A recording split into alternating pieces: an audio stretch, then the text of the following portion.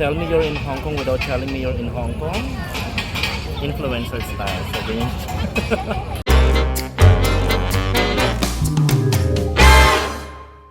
Welcome to another vlog, guys. So today we are going to Avenue of Stars.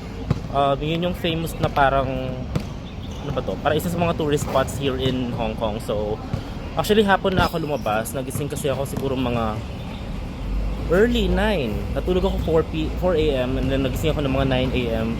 And then for some reason parang wala akong ganang bumangon.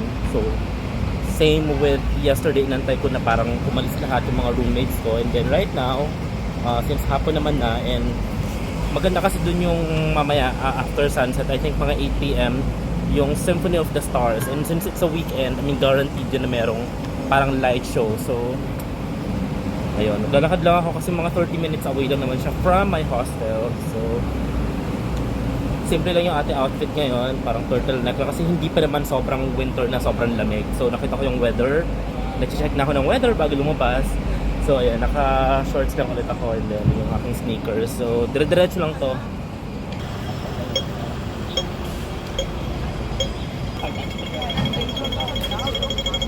Actually guys, naghahanap ako ng coffee. Kasi parang for some reason whenever I'm traveling, sira lagi yung parang body clock ko. Like konti lang yung tulog. Kasi syempre pa iniisip ko parang sayang naman yung yung pinunta mo dito tapos nakahilata ka lang, which is yun naman yung ginawa ko kanina. It's just that hindi ako makatulog talaga. So ngayon wala pang gabi pero inaantok na ako talaga. Yan, naghanap ako ng coffee dito. Alam ko maraming mga coffee shops dito sa Hong Kong. Ayoko kasi ng Starbucks kasi parang hello, meron din tayo doon. Tsaka it's a Zionist.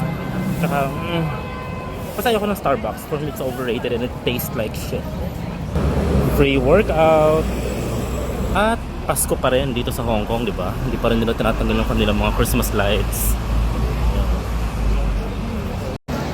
The iconic Chongqing Mansion. So, dati dyan kami nag-stay noong 2015. That was my first time here. So, napaka-unforgettable na place na yan.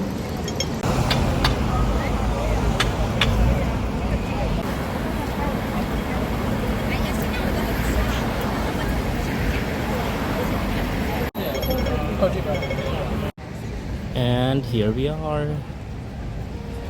And medyo for some reason medyo smoggy or foggy today. Daming tao. So ito yung Avenue of the Stars. Farm.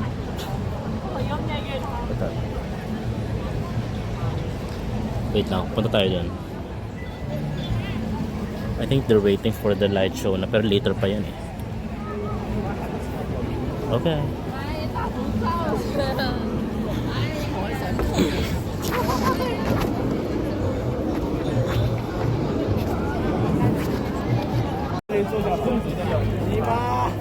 Ayan, kung mapapansin nyo dito nakapwesto yung mga pangmalakasan ng mga camera kasi dyan yung later. Sayang lang kasi medyo hazy today. So sana makita pa rin yung mga lights kasi later yan.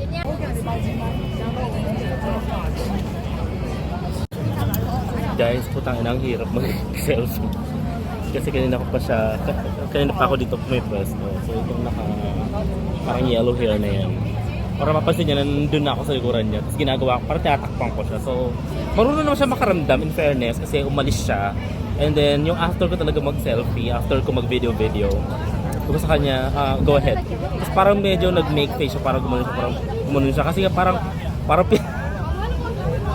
in-invade ko yung space niya. Pero kasi, I mean, that's how you do it. I mean, nahiya naman ako magpa-picture pa, di ba? Like, okay lang sa akin mag-selfie naman kasi that's the thing with solo traveling naman talaga. You have to do it on your own, or minsan kapag medyo trip ko maging friendly, go ahead.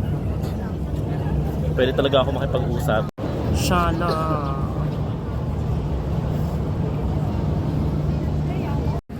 Ayan guys, isa pa to sa mga famous spots here, di ba? Pansin niyo yung mga influencers, lagi silang parang may mga pictures dito.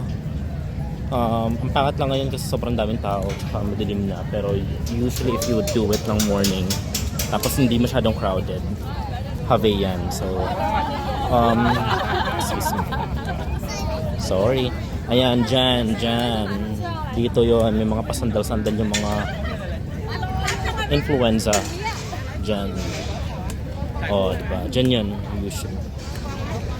Yeah, dyan usually yung parang picture taking. May picture na ako nun dati. 2015, may book pa ako nun. So, ayan. Ganyan siya. Dyan yan. Hello Hong Kong, what's good? So, yan. Actually, yung side na to, very pang influencer yan. Yung background na yan. Kasi dyan talaga yung parang picture nila. Yung parang naka-slant na yan. So, yeah. Pero sa lighting ah.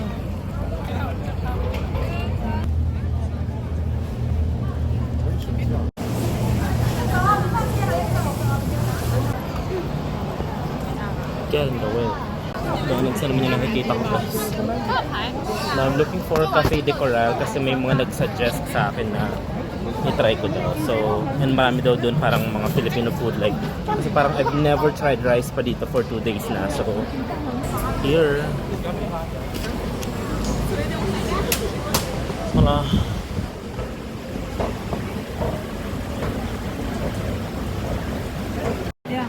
And so, we're gonna order dine-in. Oh, yan, may rice.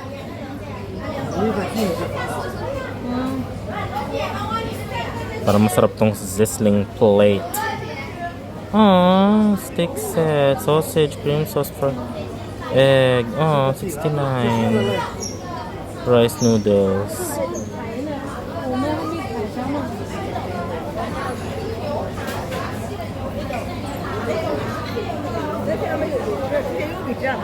Chef choice. Ayun, rice barbecue combo 48.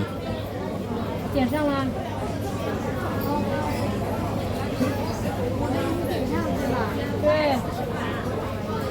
Black pepper steak rice with cheese and drinks. 已经点好了。 Baked black pepper steak. Parang yummy to. Hot drink. Cappuccino. Hindi. Coffee with tea, black coffee. Black coffee lang tayo. Or iced coffee. Ay. Plus 21 pesos. Iced coffee na lang. Sige, iced coffee na lang. And then no need, wala na tayong i-add. 关了吧，你爸说在那花现金，这个只能用支付宝。 Oh, pumili na ako ah. 爸非得跟你们花现金。 No need. Plus iced coffee. Oh, ba't ang yung 61? Okay, click to pay.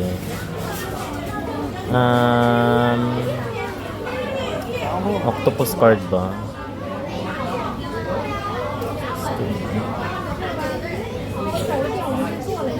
Sige, octopus card nga ba? Try ko.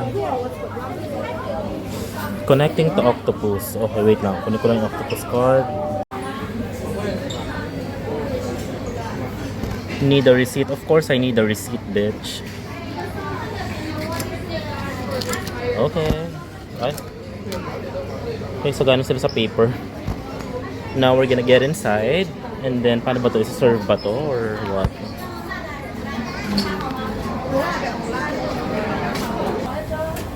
Ayan guys, so kukunik pala dito. Okay.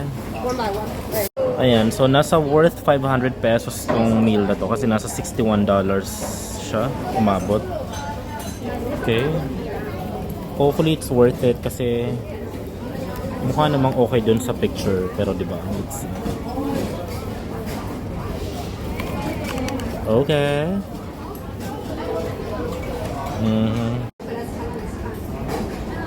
Let's try it.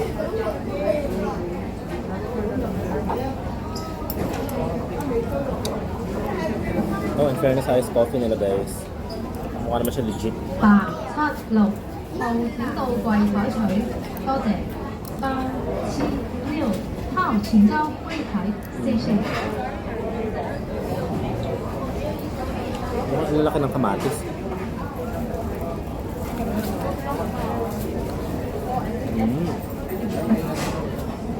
May tawag pinya.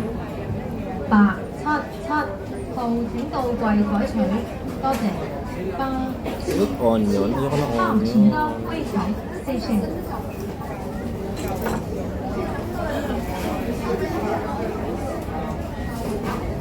謝謝。679號請到櫃台取，多謝。679號請到櫃台，謝謝。533號請到櫃台 Okay naman 取 siya.，多謝。回台取，多 Masarap 謝。 naman yung steak. 685號請79號請到櫃台，謝謝。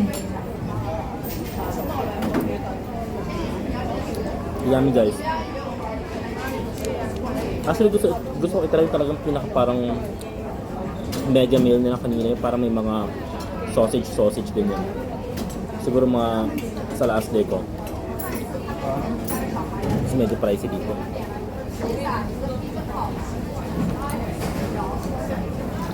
Okay, so that was it. So nakapag-CR na rin ako. And that was my first ever decent na dinner here in Hong Kong. Kasi sabi ko nga diba parang usually walang mga rice yung mga meals na nabibili ko. So, or sometimes bread lang, burger, fries. So, I love it. So, dati kasi, nandito kami sa Hong Kong, karamihan ng mga na-try kong meat dito. For some reason, hindi ko gusto yung lasa niya. Wait lang ah. Nagpa-basking eh. Basker yarn. Ayun. So, sabi ko dati, hindi ko masyadong trip yung lasa ng meat dito. Pero, I don't know, for some reason ngayon pagbalik ko, parang siguro nag-iba na yung palate ko. Pero, sobrang okay na siya sa akin yung lasa ng mga pagkain dito sa Hong Kong. Or siguro dati, mali lang yung napupuntahan ko or mali lang yung mga nabibilihan ko ng food. So, oh, may artist. Wait.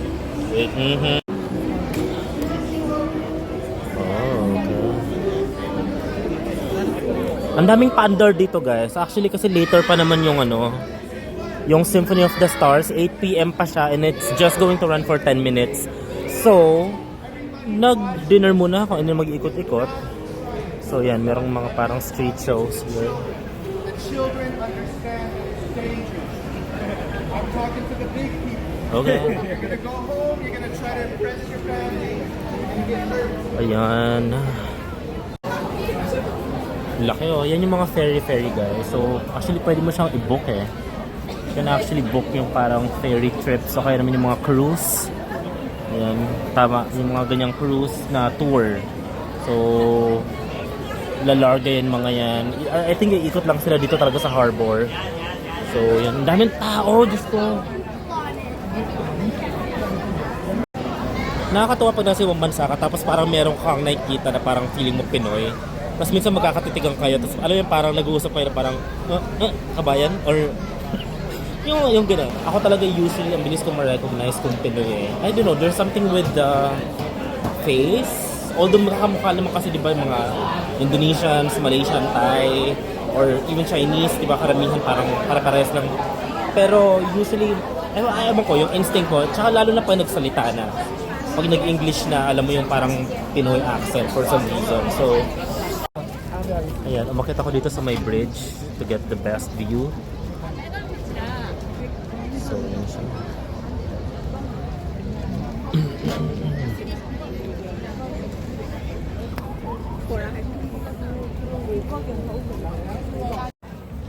Ayan, nag-clear na yung sky. Kanina kasi medyo foggy, so I think it's better now.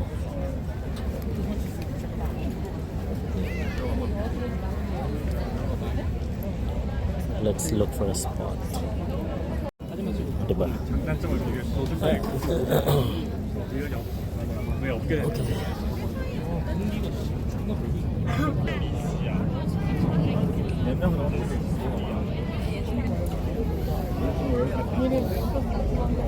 Guys, ang taray ng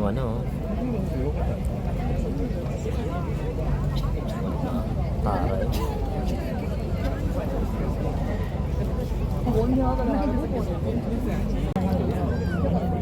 Yan guys, so less than a minute, mag-start na yung Symphony of Lights, yung kanilang parang light show here. Ayan, kasi ang dami ng tao.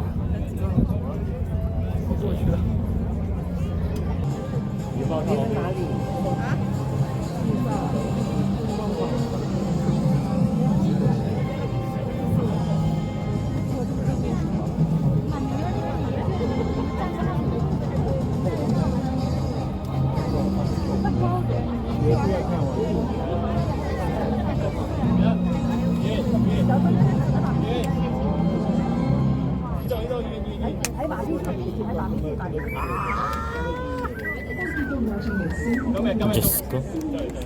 Tangina yun na yun. Hayop na yan. 这就结束了。 Guys, tangina pudol.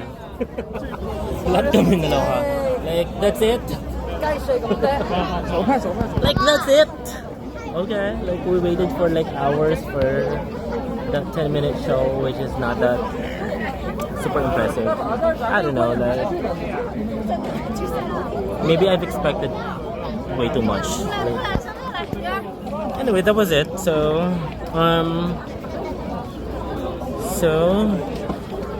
we're good. I think it's about time to go home. Tomorrow, I'm not sure if I'm still going to the Victoria Peak. Kasi parang feeling ko ang dami na naman din tao dun because it's like weekend. So, I don't know. So, I still have to decide. Wait lang, dito tayo dumaan. Gusto ko itong daan eh. Kanina ko pa nakikita to eh. Ang dami pa naman taong nag-abang. Feeling ko mga tourists din yon. But, you know, parang napaka-underwhelming nung ilaw, ang hina ng music. Hindi ko alam kung dun lang sa pwesto namin ah. Pero, ganun din eh. Kasi I was expecting na parang yung lahat ng buildings na yon talagang ilaw-ilaw siya. Tapos parang, alam mo yun, synchronize sa music. Wala, parang may mga laser lang yung mga taas ng building yung ilan. And hindi rin naman siya ganun ka... I don't know, wala siya ganung impact. So, yeah, if it's gonna be your first time here, okay lang na itry niya. Pero yung talagang aabangan or magsasayang ka ng oras. Buti nga ako, walking distance lang ako dyan sa Avenue of Stars. Pero kung magta-travel pa kayo for that, I mean, it's not really worth it. So, yeah. I think that's it for today's vlog. See you again tomorrow. And please like and subscribe. Bye!